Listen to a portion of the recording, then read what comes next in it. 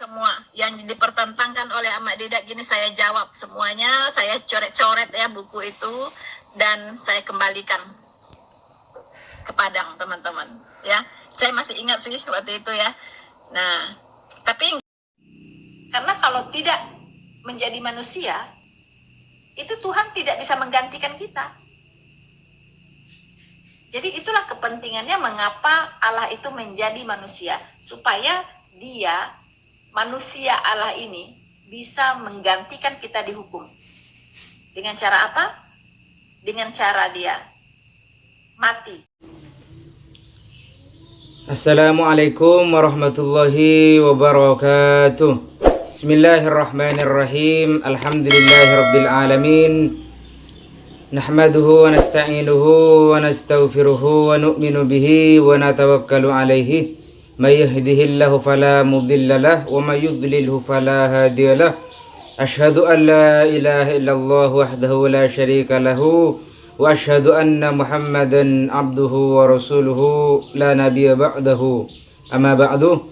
Bersyukur kepada Allah dengan mengucapkan alhamdulillahi rabbil alamin, kemudian bersolawat kepada Rasulullah dengan mengucapkan Allahumma sholli ala Muhammadin.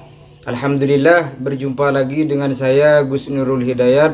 Semoga kita senantiasa dalam lindungan dan rahmat Allah Subhanahu wa taala, serta puasa yang kita laksanakan pada tahun ini diterima oleh Allah Subhanahu wa taala. Amin Allahumma amin. Langsung saja pada kesempatan kali ini saya akan menanggapi perkataan daripada seorang perempuan murtad yang bernama Rina Solihin. Dia menghina pendebat Islam internasional, guru daripada Zakir Naik yang bernama Ahmad Didat.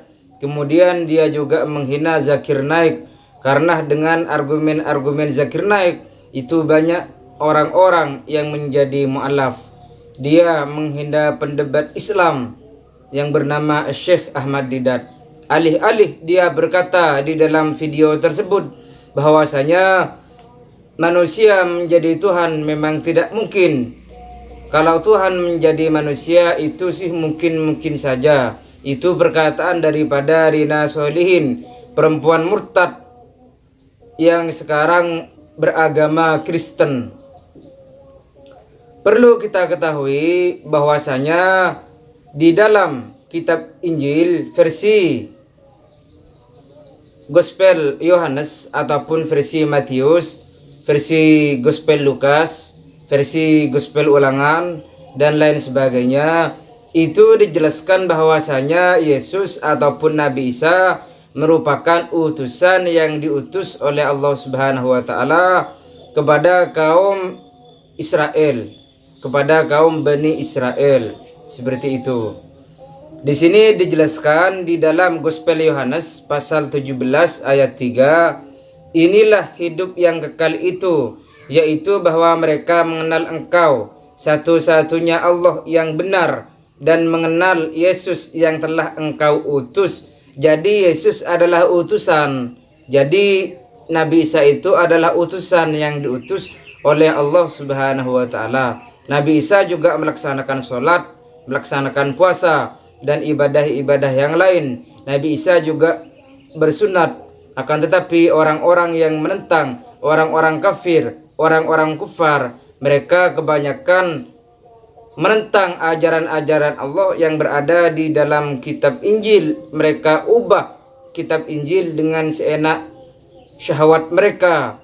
Mereka tulis, mereka ubah. Allah Subhanahu wa taala berfirman di dalam Al-Qur'an, "Fawailul lilladzina yaktubunal kitaba biaydihim." Maka celakalah orang-orang yang menulis kitab dengan tangan mereka. "Tsumma yaquluna hadza min indillah." Kemudian mereka berkata, ini adalah firman Allah Subhanahu wa taala. Apa tujuan mereka mengubah ayat-ayat Alkitab? Tujuan mereka liyashtaru bihi thamanan qalila, untuk menjual ayat-ayat di dalam kitab tersebut dengan harga murah. Pada tahun 1970-80, Paulus yang mengubah kitab Injil itu mendapatkan gaji $15 lebih. Kalau diuangkan kira-kira 20 juta, 30 jutaan lebih. Seperti itu. Juga dijelaskan di dalam Gospel Ulangan pasal 6 ayat 4 dijelaskan, dengarlah wahai orang Israel, Tuhan itu Allah kita, Tuhan itu yang Maha Esa.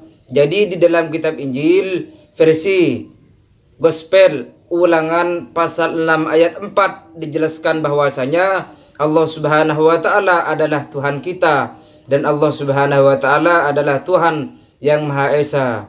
Huwal wahidul ahaduh, Allah Subhanahu wa taala zat yang Maha Esa, satu yang tidak ada duanya. Jadi kita umat Islam meyakini 100% di dalam hati kita, la ilaha illallah Muhammadur Rasulullah, tidak ada Tuhan selain Allah Subhanahu wa taala, wa Muhammadur Rasulullah, dan Nabi Muhammad adalah utusan Allah. Jadi jelas bahwasanya di dalam kitab Injil itu dijelaskan Nabi Isa adalah utusan Allah.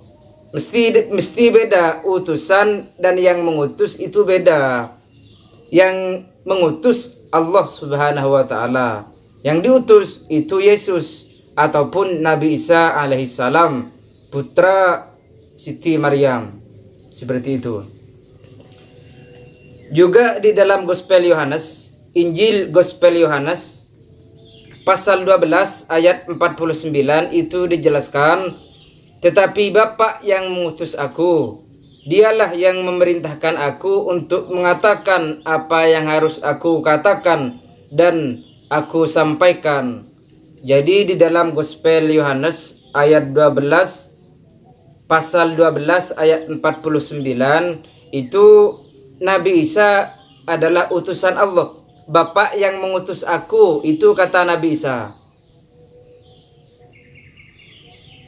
Dialah yang memerintahkan aku. Jadi Allah yang memerintahkan Nabi Isa untuk menyampaikan wahyu-wahyu Allah Subhanahu wa taala kepada kaumnya, yaitu kepada kaum Bani Israel. Akan tetapi kaum Bani Israel ataupun umat Nabi Isa pada zaman dahulu itu banyak yang menentang ajaran Nabi Isa alaihissalam. Lebih-lebih musuh Nabi Isa yang bernama Paulus yang menolak keras ajaran Allah Subhanahu wa taala yang berada di dalam kitab Injil, dialah yang merubah. Maksudnya dia Paulus yang merubah ayat-ayat kitab yang berada di dalam kitab Injil. Seperti itu. Jadi untuk murtadin, seorang perempuan murtad yang bernama Rina Solihin, kau itu budak Paulus, kau saja enggan untuk menutup auratmu, kau tidak memakai hijab, padahal di dalam kitab Injil itu sendiri dikatakan bahwasanya orang yang beriman kepada Allah hendaknya lah menutup rambutnya, menutup auratnya. Seperti itu. Kau itu melanggar aturan-aturan yang berada di dalam kitab Injil. Apabila kau beriman kepada kitab Injil, maka kau segera bertaubat, segera mengucapkan kedua kalimat syahadat, asyhadu an la ilaha illallah wa asyhadu anna Muhammadar Rasulullah. Kau telah mendustakan ayat-ayat yang berada di dalam kitab Injil. Ingat Rina Solihin, camkan itu. Hidup tak selamanya, 10 tahun, 20 tahun, 30 tahun pada masanya. Kau akan menjadi tua renta, kau akan menangis apabila hidup yang kau jalani di waktu muda kau gunakan kepada sesuatu yang sia-sia, sesuatu yang tidak berguna. Kau tukar kehidupan akhirat dengan kehidupan dunia. Kau pengen viral, kau pengen materi semata, sehingga kau berani-beraninya menghina pendebat Islam Syekh Ahmad Didat. Mungkin hanya itu yang dapat saya sampaikan. Semoga kita bisa mengambil pelajaran bahwasanya kitab Taurat, kitab Zabur, kitab Injil, kitab Al-Quran itu merupakan wahyu Allah, merupakan firman-firman Allah, kitab-kitab yang diturunkan Allah kepada para rasulnya, kepada para utusannya. Akan tetapi di zaman dahulu banyak umat-umat daripada utusan-utusan terdahulu yang menentang ajaran-ajaran Allah. Oleh sebab itu Allah menurunkan Al-Quran sebagai kitab bagi seluruh manusia. Kita ada setelah Nabi Muhammad diutus, maka kita hendaknya lah beriman kepada Allah, beriman kepada Nabi Muhammad, serta meyakini kitab-kitab yang diturunkan sebelum Al-Quran adalah kitab-kitab yang diturunkan Allah kepada para rasulnya. Mungkin hanya itu. Jangan lupa di subscribe, like, and share ke jejaring sosial kalian agar channel kami Gus Nurul Hidayat bisa berkembang ke depannya. Hadanallahu iyyakum ihdinas siratal mustaqim. Assalamualaikum warahmatullahi wabarakatuh.